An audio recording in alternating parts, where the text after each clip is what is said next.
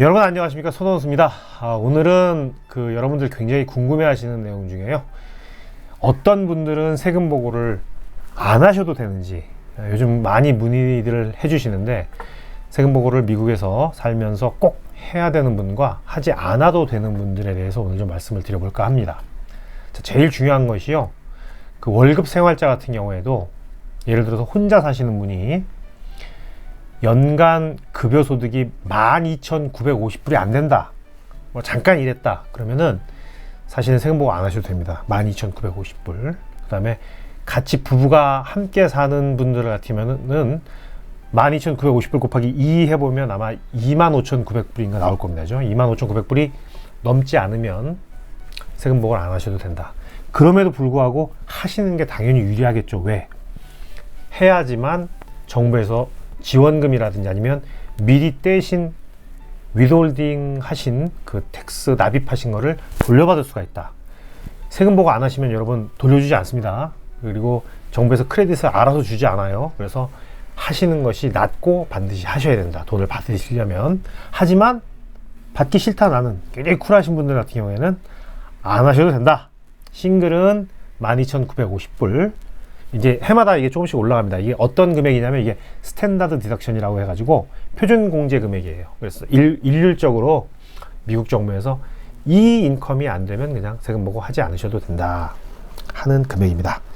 하지만 여러분, 미국은 연방정부가 있고 주정부가 있잖아요. 그래서 주정부는 또 디덕션 금액이 달라요. 그래서 매년 조금씩 올라가지만 지금 현재 일리노이주 같은 경우에는 연간 2,425불이 넘으면 세금을 내셔야 되고 세금 보고를 하셔야 됩니다. 2,425불이 안 되시면 세금 보고 안 해도 된다.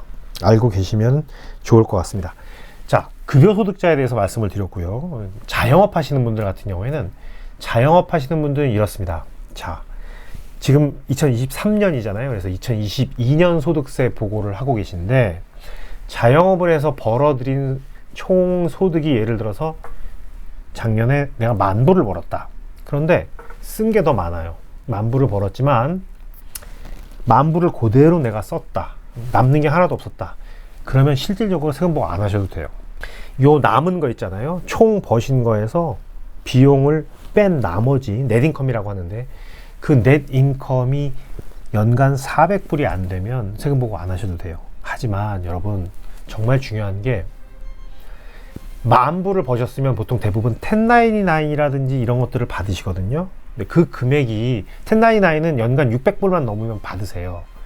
그래서 600불만 넘으면 무슨 말이냐면 IRS에 1099을 이슈하는 분이, 나한테 돈을 준 분이 1099도 주고 그 1099이라고 하는 이 양식을 IRS에도 보내거든요. 그러면 그 말은 무슨 말이냐면 IRS는 이미 알고 있는 거예요. 내가 600불 이상 벌었다는 사실을, 내가 10,000불 벌었다는 걸 알고 있어요. 그러면 제가 얼마를 썼다는 건 IRS는 제가 보고하지 않으면 몰라요. 그쵸? 제가 얼마를 써서 실제로 남은 게 적자가 됐건 400불이 안 되더라도, 남은 게 400불이 안 되더라도 반드시 보고를 하셔야 돼요. 보고를 하지 않으면 IRS는 어떻게 한다? 1099에 찍혀있는 금액을 다 벌었다고 생각하는 거예요. 그래서 비용 공제는 본인이 해야만 되기 때문에 이런 분들 반드시 세금 보고를 해야 된다 말씀을 드리고요. 또 하나, 이제 은행에 이자 소득이 있으신 분들, 은행에 이자, 이런 분들도 계세요. 부모님이 자녀분 계좌로 돈을 많이 넣어줘, 아니면은 뭐 할머니 할아버지가 넣어줘 가지고 연간 이자 소득이 좀 많아요. 그러면 얼마까지 돼야 많다고 할까요? 연간 이자 소득이 1,150불이 넘으면 반드시 자녀라고 하더라도 따로 세금 보고를 해야 돼요.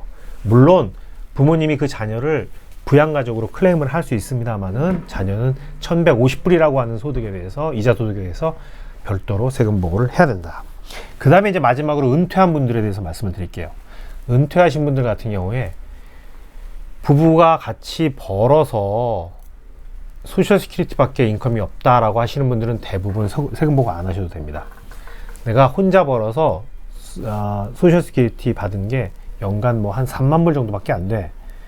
30,000불이면 많이 버시는 거예요. 이런 분들 세금 보고 안 하셔도 된다. 자, 그러면 소셜 시큐리티 인컴하고 다른 인컴이 있다. 예를 들어서 다른 인컴이 또 있으세요. 그런 분들은 어떨까요? 그런 분들은 세금 보고 하셔야 돼요.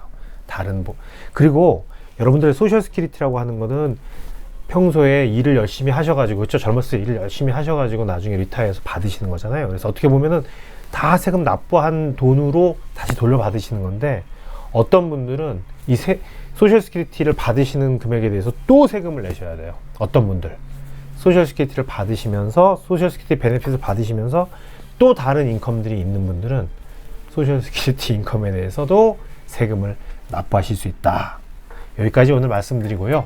세금 보고를 안 하셔도 되는 분들에 대해서 말씀을 드렸습니다만, 정부에서 돈을 받을 게 있다든지 크레딧이나 도움을 받아야 되는 분들은 반드시 세금 보고를 하셔야 된다는 말씀을 마지막으로 드리겠습니다. 대단히 감사합니다.